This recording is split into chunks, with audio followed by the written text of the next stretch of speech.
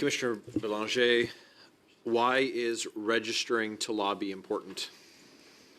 For transparency, for making sure that Canadians know who's meeting whom about what and what leads to the decision that decision makers are making.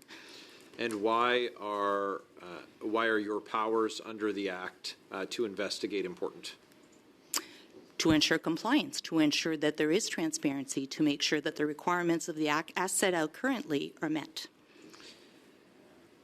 And what do you think about the shared obligations of parliamentarians and officers of Parliament to ensure Canadians' trust in our democratic institutions?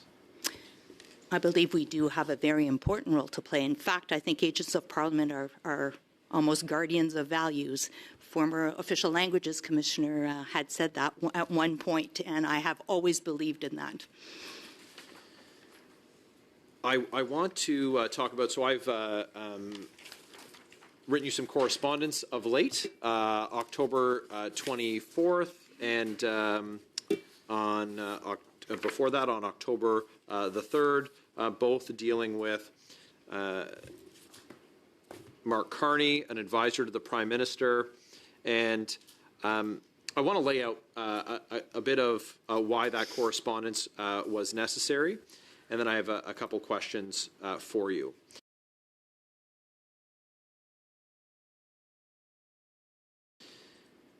So first of all, we have, in no particular order, we have the heat pump hustle by Mark Carney, also known as Carbon Tax Carney, where we learned he was using his role as a special advisor to the government in the UK to lobby for his own interests. So we've seen that this is a behavior that he's comfortable undertaking. Now, he, within days of being appointed to this panel of experts to advise the Prime Minister. Now, we know that he is, it's a panel of one. He's the only one there. He landed billions in loans for his self-described friend who heads Telesat.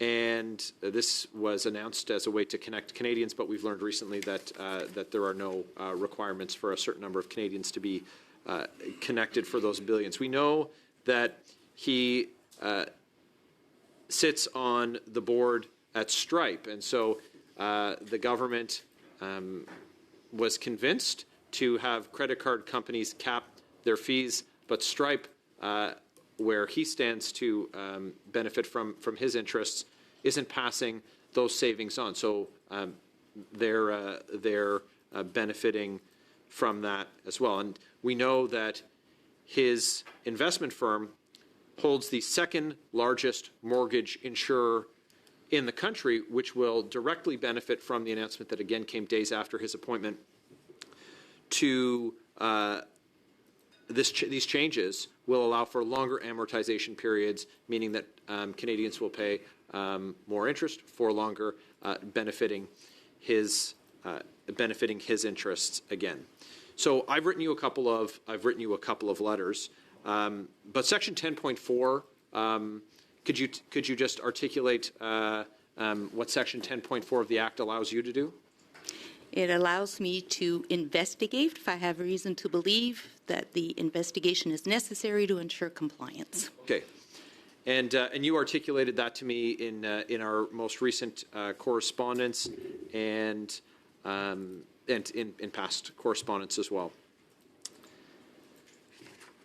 You also have an obligation to pass things on to the RCMP. What would trigger that requirement? When I start an investigation, the moment I have reason to believe that an offence has occurred, I immediately suspend my investigation and I forward to the RCMP. And I've done that more than 16 times in the last 7 years. Do you have any investigations that you have you handed any files to the RCMP that they are currently reviewing? They have 4 suspended files of mine currently. So that is to say that you suspended 4 files pending the decision of the RCMP? I've suspended 16 over the years. But you have 4 currently there are 4 that there is continuously to be suspended. I appreciate that precision. Thank you.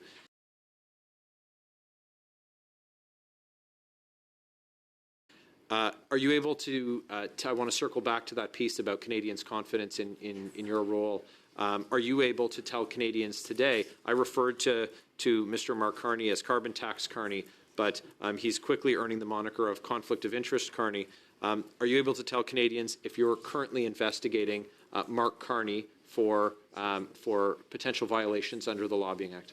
I won't confirm whether I'm investigating, and the reason why I don't do that is I do not want to jeopardize any future possible criminal investigation. What I will tell you, as I've said to you in the letter, is that I look at everything. I've opened more than 170 files in the last 7 years. I look at everything.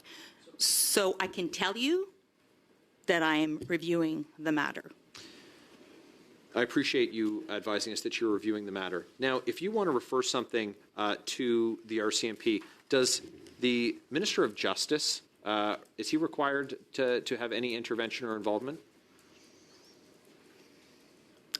You would have to ask the RCMP that. Once I've sent to the RCMP and they do their work, I assume they discuss with the Public Prosecution's Office. I don't believe that. And if you find that someone has violated the Act, are you required to refer that to a cabinet minister? Absolutely not, and I would not. Okay, perfect. Thank you very much. Thank you, Mr. Barrett. We're going to go now to the member from Shattuck. Thank you, Mr. Chair. Madame Maynard, your investigation into ArriveCAN remains ongoing, correct? Yes. Okay, thank you for that. We recently saw reports, and I'm not going to ask you to weigh in on it, but we saw reports where the Border Services Agency of Canada said that over 1,800 emails that a parliamentary committee had been ordered to be produced had been destroyed. Now, miraculously, those emails have been found. But hypothetically, if you were to find in the ArriveCAN investigation or any other investigation that a government official destroyed documents or emails, government documents or emails, what remedies do you presently have at your disposal? If I believe that there's an intent to destroy these documents with respect to not providing the information, my only action plan is to send it to the Attorney General for their review of a possible criminal act. So you would have to refer it to the present Attorney General who sits in Justin Trudeau's cabinet, correct? To the Justice Minister, yes. That's okay. Thank you for that. Now, does that cause you any concern, given that in many of these investigations there is exposure on the part of government? I'm not trying to in any way impugn the integrity of the Justice Minister, but there is a perception, certainly, that there isn't the same level of independence that there would be if, for example, you could refer the matter directly to the authorities, such as the RCMP. Is that something that you would like to see happen? Actually, that was one of the recommendations I made in my submission to the legislative review in 2019, where I suggested that it should be changed to be exactly like the Lobbying Act, where I can refer directly to a police force, RCMP, provincial, municipal, what the entity that's responsible for to investigate. Elaborate a little bit about why you would like to be able to report directly to the authorities that would have jurisdiction to investigate whatever the matter may be, as opposed to sending it to the Attorney General. But the process would be more transparent and it would be more direct. So the police would have direct access to these evidence. And would you say that at present the Access to Information Act is antiquated and in need of being updated? I totally agree with your statement. Okay. Well, thank you for that. And you've made a recommendation as far back as 2019 to be able to provide you with the ability to go to the authorities rather than the Attorney General as one change in the mechanisms available to you provided for under the Act. Now, the government has indicated that they're not going to be making any further amendments to the Act. The best that they've offered is a review in 2025. Were you disappointed with the government's response in that regard? I was disappointed, and I'm still, believe that we need a review of the legislation, which was not done in 2019. And I'm hoping when they say they will review the Act in 2025 that they will actually do it. But to start a review is a different thing than actually doing a review. And it's been a long time coming. 1983 is the Act, 40 years old. And it has had some changes in 2019 with Bill C-58, but it was not sufficient. Okay, thank you very much. Thank you.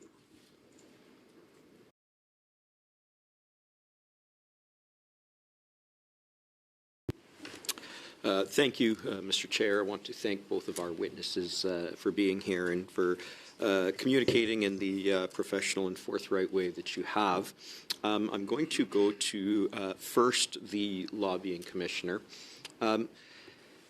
As I understand it, and this is my first time asking you questions, but my understanding is you draw a distinction between a review and an investigation. Is that correct?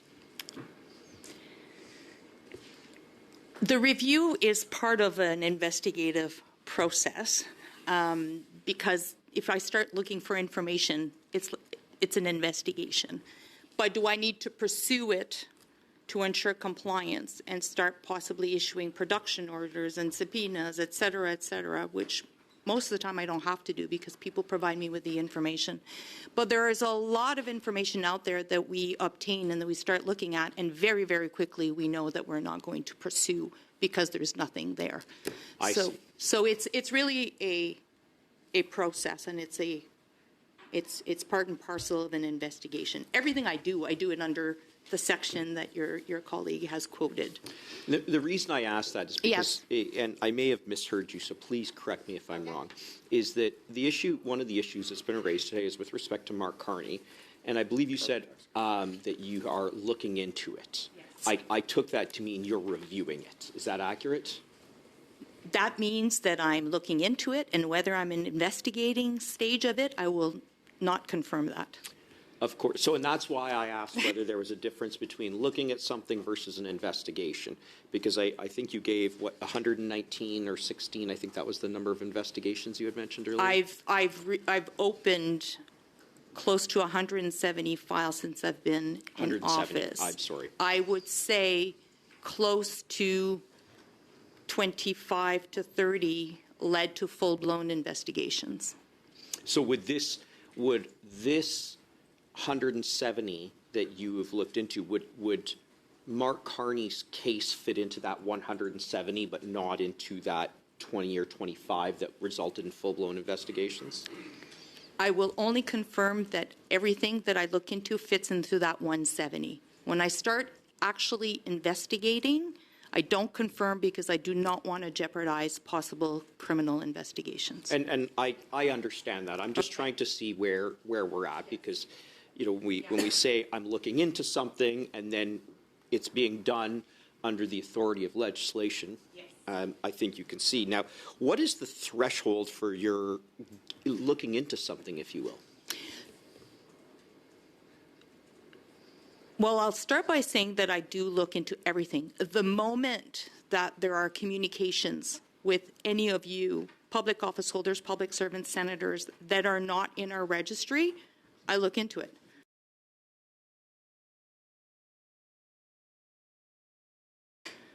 Very often that leads to nothing because it'll be a volunteer organization, or there's been one communication that clearly does not meet a 30-hour threshold.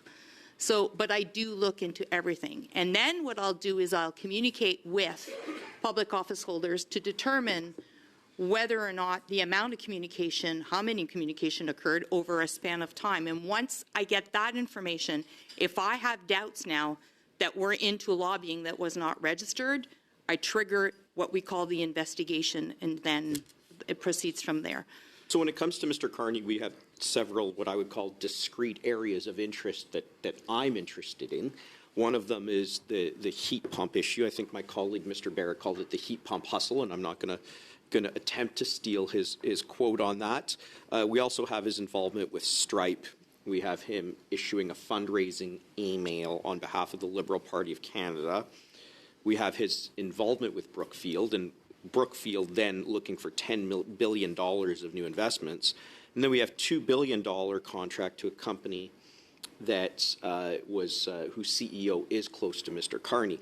Now, are you able to say whether any one of those discrete issues, if you will, would rise to the threshold that I just mentioned of you having to look into something? Comment on a file. Okay. Mr. Chair, how much time do I have? You have 20 seconds. All right. I wish you both all the best.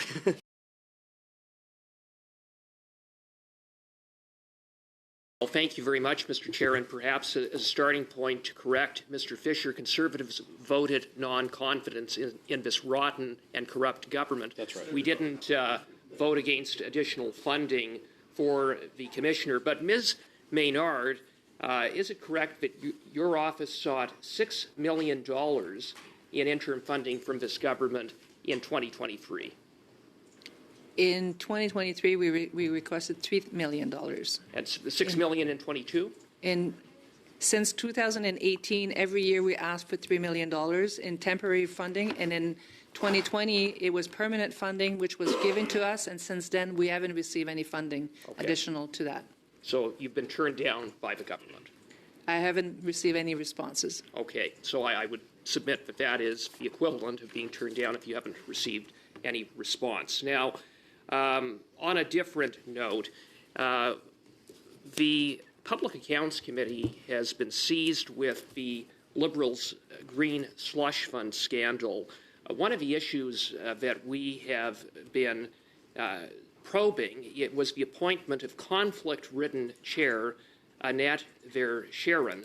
There is evidence that NAFD Baines rigged the process to appoint a Liberal insider, Ms. Verschaeren, as chair of SDTC, better known as the Green Slush Fund. Now, the committee ordered that the PCO turn over all emails and all documents between the PCO and the Minister of Industry's office, then Minister Baines' office, the PMO, as well as the Department of Industry. And incredibly, not a single email could be found. We're talking about the appointment of the chair of someone who was responsible for overseeing $1 billion taxpayer dollars. Now, one of the issues that was identified by PCO in explaining why they couldn't find any emails was that many of the records were transitory in nature and therefore had been destroyed. Do you have any thoughts on the existing policy around transitory records and whether that needs to be reexamined, the policy? The policy on records is administered by the by Treasury Board, and same thing for retention of emails and documents. I've always said, and my former commissioners as well, that there is a need for a legislative duty to document whether, decisions, as you mentioned, and I cannot comment on this particular situation as we may have a complaint and we may have to investigate, but there is definitely a need, especially nowadays in the technology that we're facing, a need to document decisions that have an impact on our decisions that are being made in the government. Right now, there is no such thing as a legislative duty to document, and it's something that we had recommended as well in our submissions to our legislative review. Go ahead, Mr. Barrett. 2.5. Commissioner Maynard, so yesterday on X, Matt Gurney, who's a journalist at theline.ca, wrote, "A U.S. federal agency gave me a detailed response to a question I sent today. It included more info than I asked for and a statement I could attribute to an official. Response time was 2.5 hours. Sigh." Why is it possible for a Canadian journalist to extract a response like that from the U.S. government, and no journalist can extract anything like that from the Canadian government?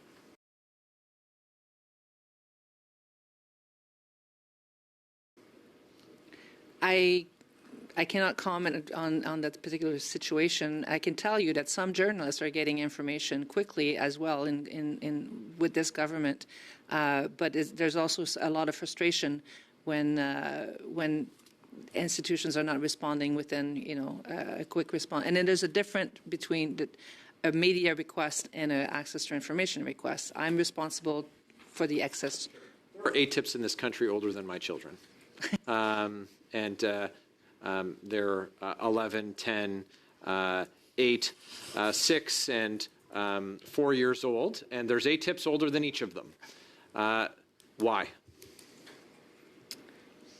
Again, I think this system is overwhelmed. The act is antiquated. We're dealing with institutions that are reviewing papers by hand, removing duplicates by hand. There's a lot to be done. Even within my institution, I had a backlog of files that were the age of your kids. And fortunately, because we became more efficient, we reduced that age, but it's still not sufficient. We still need more resources to respond to access requests in a timely manner, because as you mentioned, the information has to be relevant. When you ask for information, you want it now. You don't want it in 10 years, unless you are doing a history book, But it is unfortunate that this is a situation in Canada. Thanks. Okay, thank you, Mr. Barrett.